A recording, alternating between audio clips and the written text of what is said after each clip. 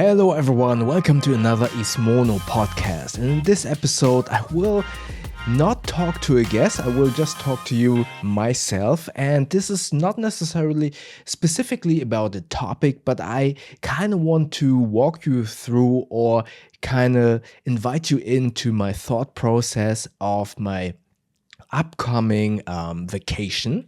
For those of you who don't know, I will be going to Thailand, to Chiang Mai to be quite exact, for a Muay Thai Camp.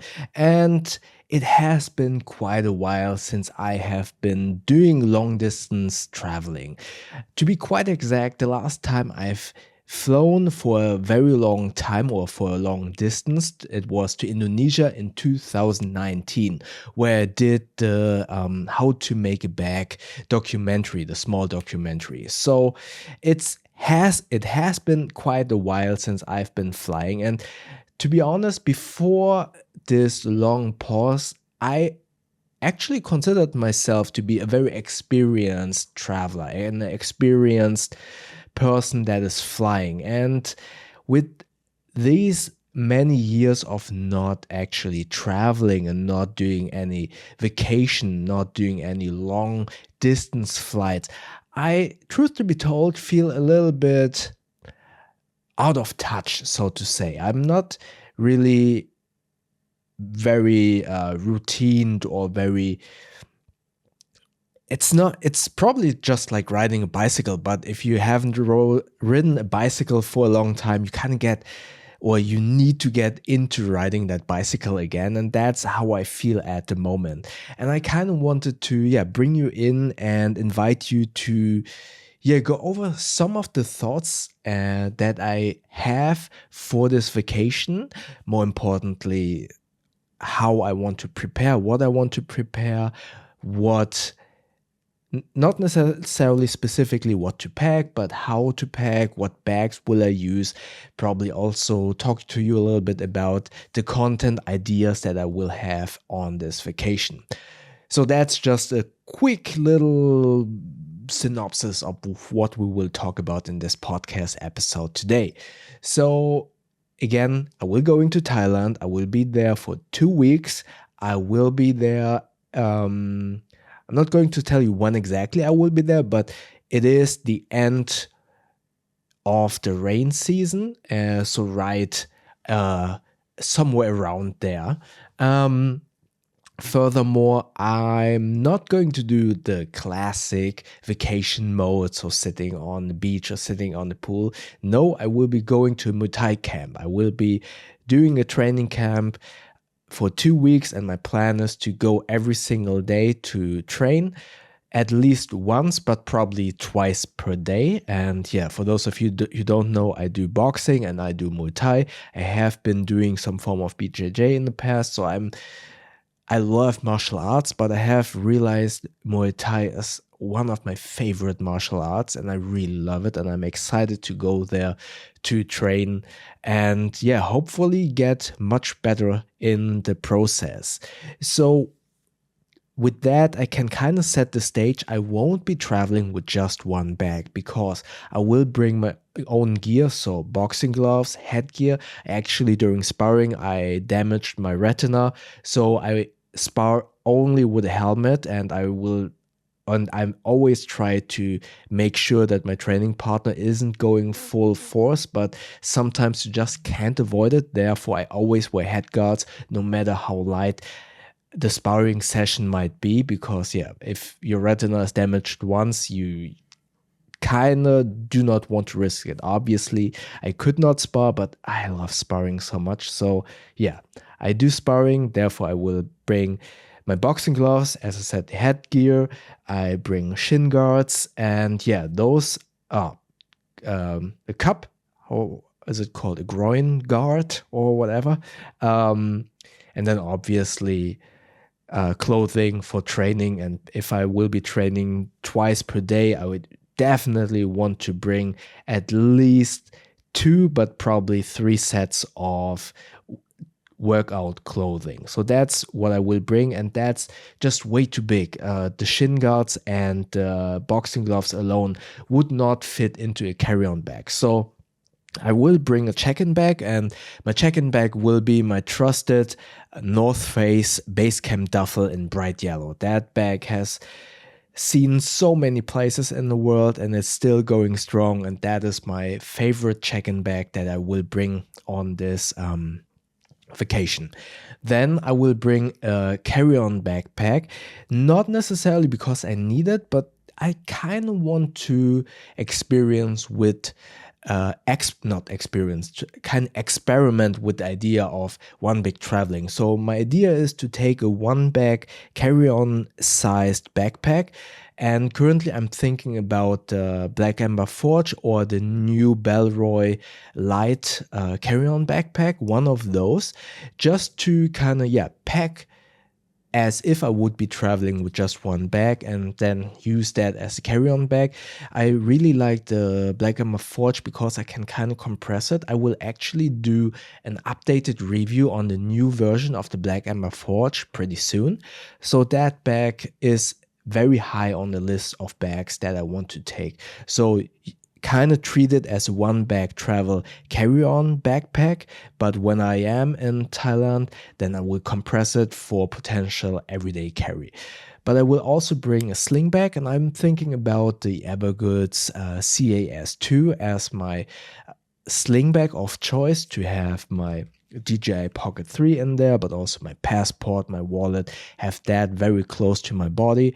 And that is also not as big. So if anyone of the airplane staff is saying, hey, you can only bring that carry-on bag, but no personal item, for whatever reason, I can take that sling bag and just put it in my backpack. But I actually read that if you use a sling bag as a fanny pack, people or some of the flight attendants do not consider that a second bag, because if you were at sling bag mode, they kind of treat it as if it would be a handbag or a clutch. And if you use it as a fanny pack, supposedly that is considered some fashion add-on to your clothing. So yeah, that's something I want to try, but I have a flight with Qatar Airways, and as far as I know, I'm allowed to have a check-in bag, a carry-on bag, and a personal item. So I will be pretty much good to go. So that is the bag situation that I'm currently thinking about and I'm planning to bring on this trip. And since I will be working out a lot, I probably won't need that much clothing. That being said, I'm a person that always kind of, even in the summer, even if it's very hot, I really dislike air conditioning. So I always bring a jacket, especially for the flight. I always wear a jacket because usually it's very cold. So let's talk a little bit about what I also want to bring on the flight. I want to bring my gravel travel blanket. That blanket is amazing. Yes, you can get blankets inside the plane, but I have this I kind of forgot who told. Oh yeah, JJ from Belroy told me this little travel hack. Take the blankets that you get provided from the plane, roll it up, and then use it as a little neck pillow instead of bringing your own neck pillow. That is kind of annoying to carry around. So that is a cool hack. And then I might get cold, so therefore I bring the gravel travel blanket as well, just for me, and that's not that big. But I also can use it if I am at the accommodation where I will be staying. I will be actually staying. The Muay Thai Camp actually also rents out rooms, and I rented a room in that camp. So yeah, I'm not sure what the situation is over there with blankets and stuff like that. So having a travel blanket in addition is probably a good idea. So what next? Oh yeah, let's talk about not only the blanket, but also I just recently got the Sennheiser Momentum 4s, which are noise cancelling headphones. You can see that video review in my YouTube channel. Then I will obviously have some entertainment. So my Fold 5 that I will load up with a bunch of movies, but also my Anbernic RG35XX Plus, my retro gaming device. I will have a very long flight, so I just want to make sure that I can kind of pass the time as good as possible. And I also bought myself a small little Bluetooth adapter, so I can plug it into the entertainment system of the flight and then connect my headphones to that Bluetooth device, so there won't be any cables getting in the way, because I really dislike these cables. I always like to sit at the gangway because I try to drink as much as possible whenever I'm flying. So I need to go to the restroom quite often. Therefore, I like to sit at the gangway instead of the window seat. If people are next to me want to stand up, I don't mind, but I would love to have a non-cable solution where I'm sitting. Therefore, I bought this little Bluetooth airplane device. Then obviously, to power all of these items, I will travel with a power bank. I have the AOE power bank, which I love, but I'm not sure. I think it's slightly above the allowed milliampere hours capacity. So I probably will take the what it's called, Shargeek something power bank. That one has the right capacity that you are allowed, and it's not as heavy and not as bulky as the one from AOE. So I will probably take that one to power all of the devices that I will bring on the flight. Then those devices will be in my backpack, but in my sling bag I will obviously have my phone, my passport, and my wallet, and probably also this little DJI Pocket, because I want to create some content, but I will get to that in a second. So those are the items that I'm kind of currently thinking about to bring on the flight. So now let's talk about something that I have been having in my mind once I arrive. How about internet? Because nowadays, obviously, you need your phone for Google Maps, but also communication to get in contact with the place you're staying. Maybe install the Southeast Asian app Grab. That is all for transportation, but you can also order food from there and stuff like that. So I do need a SIM card. Back in the days, I always bought a SIM card when I arrived at the airport. But now I kind of, after watching a couple of YouTube videos, I got this, you can get these eSIMs. So, and I kind of narrowed it down to two providers, not sponsored. I saw this on other YouTube channels. So the first one is Holafly or Holafly, HOLA Fly, and the other one is Sailw, Y. And there you can, for example, for Sailw, you can buy an eSIM for Thailand, let's say 3 gigabytes. No, I would probably go with 4 gigabytes for 30 days. It's only $6.99. So $7 for 5 gigabytes for 30 days. This is only for data. So you basically install the eSIM in your phone, and then you activate it, or you need to activate it once you arrive in Thailand with the app. And basically then you have 5 gigabytes of data for those 30 days. For example, it's really cheap. 10 gigabytes, for example, is $9, and 20 gigabytes is $18. So plenty of data for not a lot of money. And you don't have to go through it. The issue usually was when I went to Indonesia to get a SIM card. You need your passport, and sometimes, especially back in the days, I needed to have my uncle or my cousins with me, because it's always easier to get a SIM card with a local person. So with this, I can basically get everything set up before I leave Germany and then activate it when I am in Thailand. So that is really cool. In comparison with Holafly, you get, let's say, okay, I will be there. You set it for the days you are in. So let's say 14 days, apply number of eSIMs.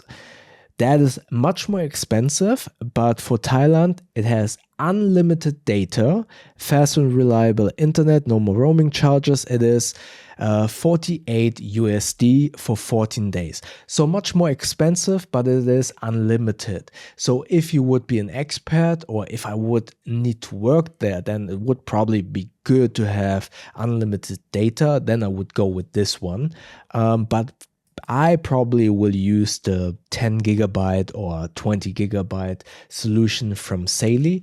And yeah, that will be what I need for Thailand when I arrive there, because I will heavily rely on Google Maps probably, and I will also heavily rely on sending pictures to my wife and staying in contact with her.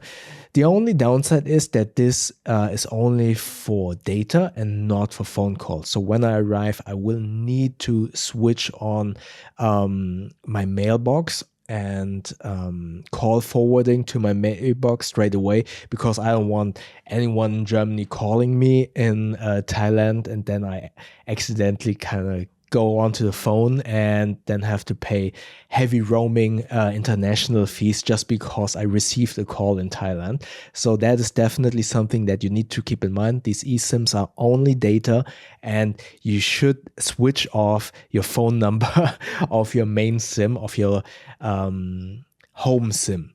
So next one is, I'm not going to go over that too much, travel insurance. I always travel with travel insurance if you get sick or break your leg. And especially in this case, I will be fighting, not obviously not competitively, but I will probably do sparring, or I don't know, I do a kick and then I kind of twist my ankle. So for that, a travel insurance is really important. I always bring travel insurance, no matter if it would have been training camp for Muay Thai or if it's just been regular vacation. I always have travel insurance.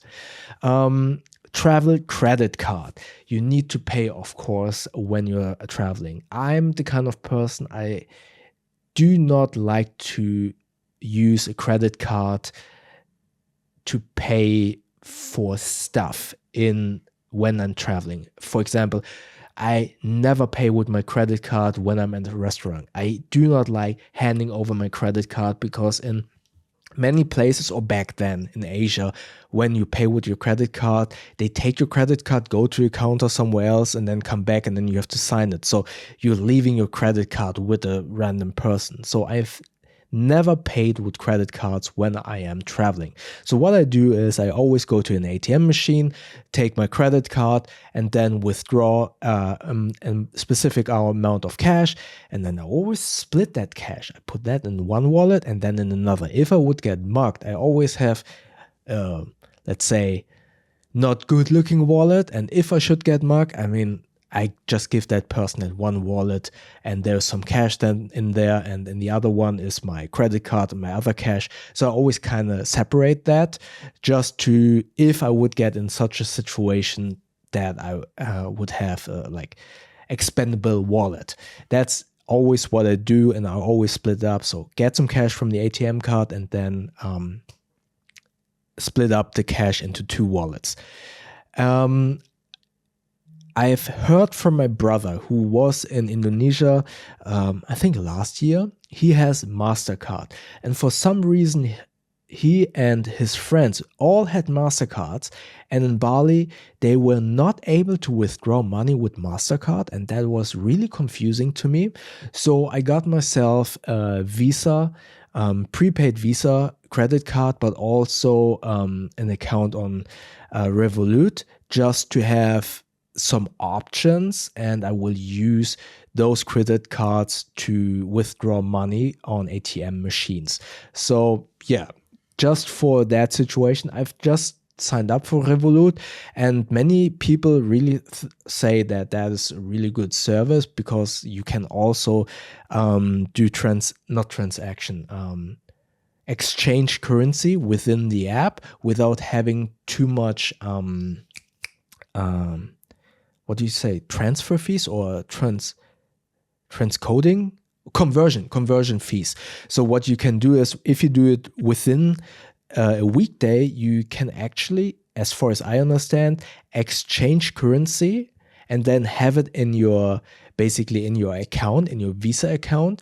So if I go to an ATM machine in Thailand and I have Thai baht on my account, in the Revolut account, I can basically withdraw Thai baht without having to deal with the conversion rates of that specific bank where I'm getting money from. So I thought that is a really cool feature, and the reason why I kind of signed up for that service, just for this vacation alone. But also having a prepaid credit card is obviously great. If I still have to pay for whatever, if I give out that credit card, if someone steals the credit card or withdraws money from that credit card, they can't go over the money that I have inside, compared to regular credit cards where they can basically kind of take as much as they want, as far as I understand. So yeah, having a prepaid credit card for traveling, in my humble opinion, it's a really good idea. Next, when I arrive at the camp, I have seen pictures of the accommodation, but it's not like a hotel or anything. It's basically a room. It's a nice room as far as I can tell from the reviews and from the pictures. But there are a couple of things that I will want to prepare for. One of which is a mosquito net. Yeah, mosquito net. Because I will be there in somewhat of rain season. There will be mosquitoes. That's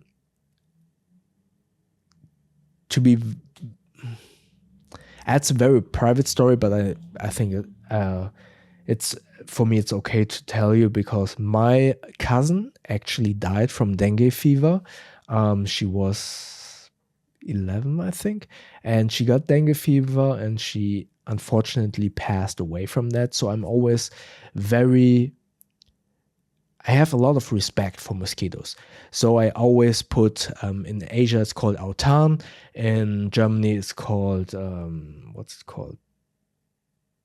Antibrum. And that's the stuff that you put on your skin against mosquitoes, against ticks and stuff like that. And I always use that when I'm out and about, but obviously when I'm training, I sweat a lot and whatever. I can't always be 100% prepared, and especially at night when I'm sleeping. It's a room, it's not a hotel room, and yeah, I kind of want to have a mosquito net with me, because I don't know if they have one, and I don't want to like spray every night the room to kill off any mosquitoes. That's actually what my mom did when I was a kid. So when we were staying at family or in a hotel, she actually sent me out, or and my little brother, out of the room, went through the whole room, sprayed it with anti-mosquito spray, and then she said, okay, in 15 minutes you can go back in. And I vividly can remember the smell of that spray, and obviously that wasn't great for your health, but yeah, she did that. And especially after my cousin passed, she was very careful and very protective of us kids to protect us from getting bit by a mosquito. And yeah, long story short, I want to have a mosquito net.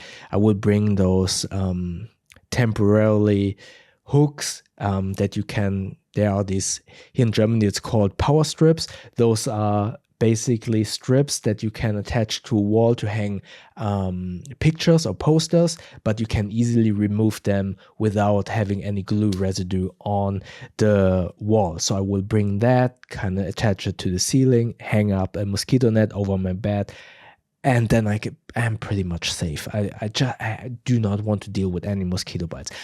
Honestly, I'm not worried about getting dengue fever or malaria or anything, but just having a sting and it itches, and then I have to wear gloves over it or hand wraps. I don't want to deal with that. So I thought I was looking for mosquito nets. It's 12 euros, 13 euros to buy one of those nets. I bring it over there. Most of the reviews said, oh, it's not as durable, but you know what? I bring it there, hang it up, and then I chuck it into the trash. I know that is not very environmentally friendly, but yeah, I just want to protect myself from mosquito bites. And as far as I can tell from the Amazon reviews or other reviews, these mosquito nets aren't that durable anyway. So yeah, I bring it, unpack it, hang it up. If there is a hole in there, I just gaffer it up. Gaffer tape, I always bring gaffer tape. If there's a hole, put gaffer tape on that hole, done. But I'm protected. Then also, I am really looking forward to go to midnight markets, have some night food, street food. But I do want to have some travel cutlery. I actually got this from Tom from Packhacker. He always traveled. One of the items he told me about in one of the podcasts that I recorded with him, you can find them obviously in my podcast. He told me about these travel chopstick, and I really want to buy me some titanium travel chopsticks. And I also have a spork that I will bring with me on the flight, because those plastic cutlery, no, not always, but sometimes you just get like plastic cutlery, and having a spork with you, I hope I can travel with that. Not sure. But yeah, I want travel chopsticks in titanium and a travel spork. Yeah, because I want to go to those night markets, I want to eat some street food, and I want to use my own cutlery just to know that I'm safe. Actually, speaking of safe and clean, I was considering getting one of these water bottles with those UV lights. Don't worry, I always drink water from bottled. I always buy bottled water, and I will definitely only drink bottled water. That being said, I wonder if I should still get one of those aluminum bottles where in the cap there is UV light. Just for example, if I'm laying over on a flight and I fill it up with those water fountains, I wonder if that would be a good investment. Those are really expensive, but I kind of think better having than not having. And yeah, I also saw this really scary, not scary, but this video about, that was in Africa, where people just gathered like used empty water bottles and then just refilled them, closed them up, and kind of put the plastic over it and heated the plastic so it shrinked down, and sold it as new water. That always kind of, when I saw that video, that kind of scared me.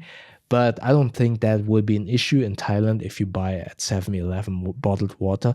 But still, again, maybe if I'm on the flight, if I fill up my bottle at a water fountain, having this UV light to kind of disinfect the water that I get from a drinking fountain might be a good idea. What are your thoughts about those bottles? I would love, if you're watching this on YouTube, please comment below what you think about these kind of bottles. I forgot. Is it called Lark? I think it's called Lark bottles, where the UV light is in the cap. Not sure if these actually work and how they are overall. So that's what I really want. I got myself a power brick converter, because in Thailand they have different plugs. I got this, hold on, where is it? Yeah, here it is. I bought this. This is a universal travel adapter for audio listeners. This is from Tesson, a 65 watts travel adapter with US, UK, EU. And it also, and why I decided on this, it has 2 USB-A and 2 USB-C ports. So I don't necessarily need to plug in a charger in here. I only put this into the wall, and then I can attach USB cables. So I really like this a lot. It has, it's not quick, it's 65 watts. So it's a GAN charger. Sorry about that. It's a GAN charger, 65 watts. So it should have some quick charging capabilities, and you can kind of push these out to get to the plug that you need. And yeah, I really like this. Haven't used it yet, just bought this myself, and I really like this. I put all of the links of these items in the YouTube video if you're watching this podcast on YouTube. And very importantly, usually, especially in hotel plugs and hotel rooms, the plugs there aren't that many, or they are notoriously in places that are really stupid. So what I always bring is actually a splitter. So what I do is I put this into the wall of the hotel plug, and then I attach my splitter. I have this 3 outlet splitter, put that on here, and then I can connect 3 chargers on there as well. So that's what I always bring when I'm going to a hotel room. Speaking of tech items and items that will be charged, for me this will be a vacation. So I won't bring a laptop. I will probably bring my tablet, the Samsung Tab S7 FE, which is a terrible tablet. I kind of regret buying that because it's getting so slow, but for watching movies, it's good to have. Obviously, I also have my Fold 5. This is my main hub. I work on this. So yeah, if I need to write an email, answer an email, write a script in Evernote, I can do that on the Fold 5. Maybe bring a small little Bluetooth keyboard, a very tiny one I have. This tiny one, this is really small, not that big. So for audio listeners, this keyboard has basically the height and width of my Fold 5 with added like 2 centimeters in length. So not that big. I will bring that, and I obviously want to create content a little bit with my Pocket 3. And I am heavily considering buying the Insta360 Go 3 Plus because I try to get used to it and I try to vlog more in public, but I still notice that I'm very hesitant to do so. And especially walking around with the DJI Pocket 3, the small little gimbal, although it is small, it still feels weird sometimes.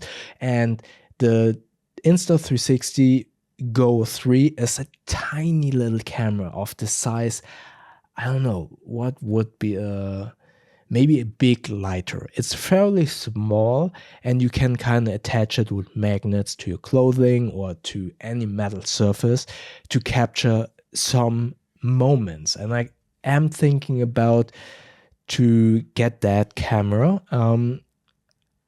You probably noticed that I try to do more of these vlog style videos, and I noticed I want good image quality, but above image quality there is coverage and this, in air quotes, story. I want to cover as much as possible to have an interesting edit. And having this small camera, for example, just walking into the plane, putting my bag in the overhead compartment, I would need both hands. So if I would carry the DJI Pocket 3 to film that, I only have one hand left, and that makes everything a little bit more cumbersome. But having a small camera that I could attach magnetically to my shirt and don't have to be so self-conscious about walking in, or what do people think, or will they get mad if they film them, I can undercoverly film just walking into the airplane, putting my bag up on top. Those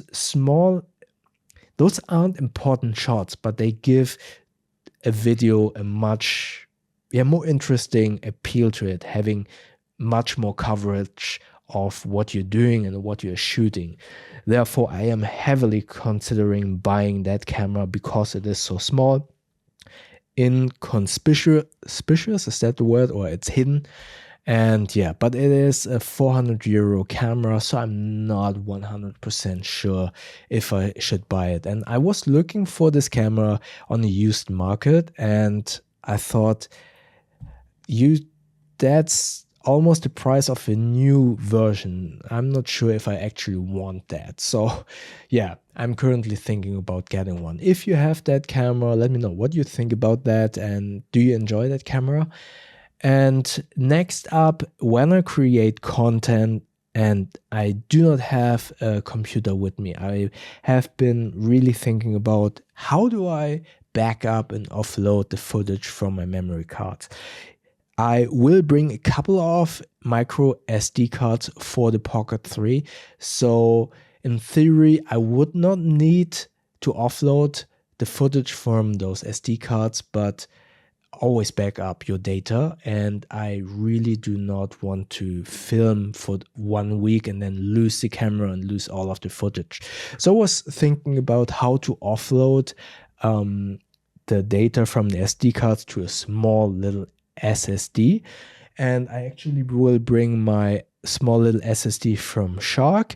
And I work on Apple computers, and that was so stupid. I thought, all of my hard drive SSDs do not work with my Fold 5, and I cannot offload my data because in my mind I was like, okay, just use your Fold 5 or your tablet to offload data and copy it to the SSD. For weeks, I thought that doesn't work because I attached my SSDs from my Mac to the phone. It wouldn't notice it, and I couldn't transfer. And I was just under the impression, okay, Android does not allow to attach multiple storage devices on the phone. And then I was like, hold on, Android, my phone, that's not a Mac file system. So I used the Shark drive that I have. I deleted or offloaded all of the footage on that drive and formatted it to exFAT, which is a PC or a DOS, Windows. I'm saying DOS. Now you know how old I am. I used to grow up with DOS file systems. So yeah, it's a Windows file system. I formatted it to exFAT, connected it to the Fold 5, and it saw the SSD. And I was like, oh, that's awesome.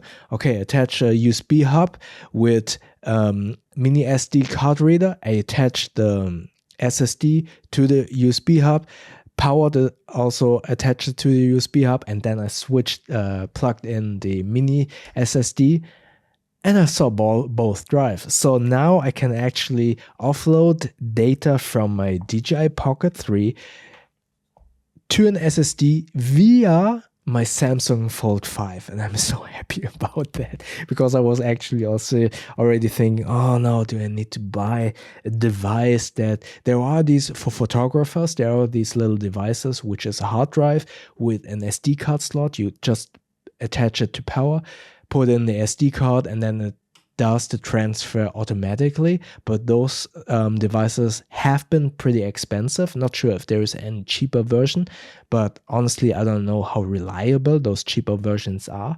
So yeah, I was really thinking about that, and now I have the solution. And again, that is why I really am such a big fan of the Samsung Fold 5. You can do so much with it. Excuse me, let me drink some water real quick. Man, not having a guest on the podcast means that you have to talk without pause, and I'm talking now for 38 minutes.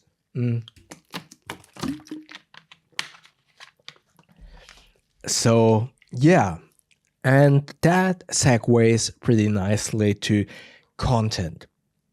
This is a vacation, and I really want to enjoy this vacation as much as possible, and therefore not weigh me down with thinking too much about creating content. But I will be traveling alone. I will have some downtime. I will explore the city. Why not still try to make at least 1 or 2 videos? The most obvious video that I will do is a what's in my bag video, and I will also do some vlog style or vlog of the trip overall to Chiang Mai to kind of document how I travel, and maybe so that you can watch that and kind of see if I make mistakes, then you can kind of A, correct me, and B, maybe you learn something for yourself. So that is definitely something I want to do. Also, if I will be allowed to film at the training camp, I will do something like daily routine and maybe some progress videos if that is interesting to you. Also, I have a couple of safety trips when I'm traveling. Actually, watch some of the videos on my channel. I have a few little safety tips and tricks. For example, I always travel with gaffer's tape. I always bring like a clamp, and I'm not going to spoil what I do with those items, but yeah, those are the types of videos that I want to make. Washing clothing while traveling is that will be not a video from the perspective of someone who has experience with that. But yeah, I will kind of do it also vlog style and try a couple of things of washing my clothing. I will have to wash all of my training gear or training clothing every single day. So I will have some time to kind of develop the perfect system. Oh, by the way, I want to bring that is so stupid in a way. But I saw that in a different video. Bring your own not drying rack, but I saw this travel clothing line to hang up your wet clothing, and that is definitely something. Whenever I was traveling to Bali or wherever, at least you will need to hang up your bathing suit, right, when you're on vacation. I always had some issues with where do I hang that, and I saw this video, and that person brought a clothing hanging line and attached it to a pole, and then attached it to I think it was like the doorknob or something, and then that was the perfect line to hang up all of the wet clothing. So that is definitely something that I want to bring, and I thought that was amazing. So yeah, making a video about washing clothing while traveling, do some more vlogs like eating vlog and showing or exploring Chiang Mai. That is definitely something that I would like to do. Let me know in the comment section below. Again, if you're watching this on YouTube, then you can comment below what you think about these video ideas. Is there anything that interests you in particular in regards to travel tips, in regards to packing tips or whatever? Let me know what you would love to see from that trip. And yeah, I'm currently brainstorming about some content ideas for that time. It's still a long time to go before I go there, but not that long that I don't need to start thinking about these types of contents and what to bring and etc. So yeah, that was this podcast about thinking about my upcoming trip. And again, I used to be a very experienced traveler, at least in my mind, and I had everything down to every specific detail: when to arrive at the airport, what to pack, how to pack, what to do first when I arrive at a specific country. And yeah, I had that down, or I still have it down, but I haven't done it in such a long time. So that for me at least, it is a very new experience. And just like riding a bicycle, now I'm all eager and I'm all nervous about, oh, maybe I forget something. I've read everything down at the moment. And probably once I am at the airport, it just snaps back and I know exactly what to do and what and all of the moves that I have to kind of maneuver myself on that whole travel experience. And yeah, back then I always got to if it's an international flight, I always am there 3 hours before. Just to, if it's in my hometown, not necessarily 3 hours, but I do like to be early. But if I'm on my flight back home, I am always there at least 3 hours, because you don't know what the traffic might be like from your hotel to the airport. You don't know what the situation is like at the airport, what the check-in counter will be like. And therefore, I always like to be there 3 hours before. Usually, as far as I remember, at least back then, the check-in counter opened up 2 hours earlier, and you're supposed to be go through the TSA. Also TSA, I always traveled with a lot of gear, so I needed to be early at the TSA security check, just to be sure that they will pick apart my bag. So therefore I will be needing much more time. That's the reason why I always have been much earlier at the airport than it might have been necessary. But this time I don't travel with that much equipment. Still, that has been a habit for me because I was traveling with equipment. So yeah, going through the security check, and I think for international flights, are you supposed to be at the gate 45 minutes or half an hour early? I don't know. I'm the kind of person, I don't like to rush. I like to be there as early as possible without being too early. Go relax to the check-in counter, because I don't want to make my life difficult or the life of the person that has to deal with me. If I would be stressed out, I'm a very chilled person. I can deal with a lot of stress for a specific amount of time, but still, I don't want to be in a situation where I potentially get very stressed and then have to be a little bit uncomfortable for the person that has to help me with my issues. So I like to be there early. I like to be relaxed. I like to go through the security check-in without having to look at my watch all of the time. Oh, when is my boarding? When is my boarding? I need to get through this. I want to be chilled, and I want to go there and go to my gate. If I have to wait there, I have my entertainment, I have my headphones, I can just chill there. I can just get into travel mode. When I have a layover and have to wait between flights, also, I try to book flights in a way that there is enough time in between both flights. I think 3 hours is the perfect time. If I have transfer that is only 1 hour, I get stressed. I really do not like that, because if your flight arrives late, then you have to run through the gate over the airport to get through your next flight. I hate that. So I always check, okay, there are 3 hours that I have on that airport to get from one flight to another. Okay, I'm chilled. And that gives me enough time to go through the security line, brush my teeth, freshen up, stretch. Always stretch. I like to stretch, get a little bit of food. I bring some food like granola bars, but I'm a sucker for fast food sometimes, or like coffee, get a nice coffee or whatever. And then go to the gate, chill there again, go to the restroom before you board. Yeah, I like to do it smoothly. Slow. My wife is always like, I walk slow. I'm a slow walker. If you ever meet me and you want to go for a walk with me, I'm slow. I walk slow. So be aware of that if you ever meet me. But I like to be relaxed. I like to chill out.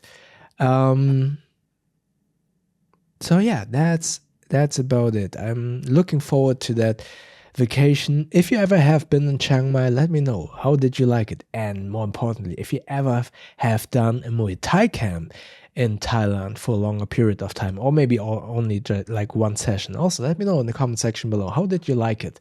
And if you have any questions, also comment below. But if you have any cool travel tips, anything that I potentially should be bringing on that flight or trip, also let me know in the comment section below. And if you have any content requests, also let me know. Yeah, I hope you like this short little episode, and I see you or hear you in the next ISMONO podcast, and hopefully you will also like the next videos that will be on my channel. Thank you very much.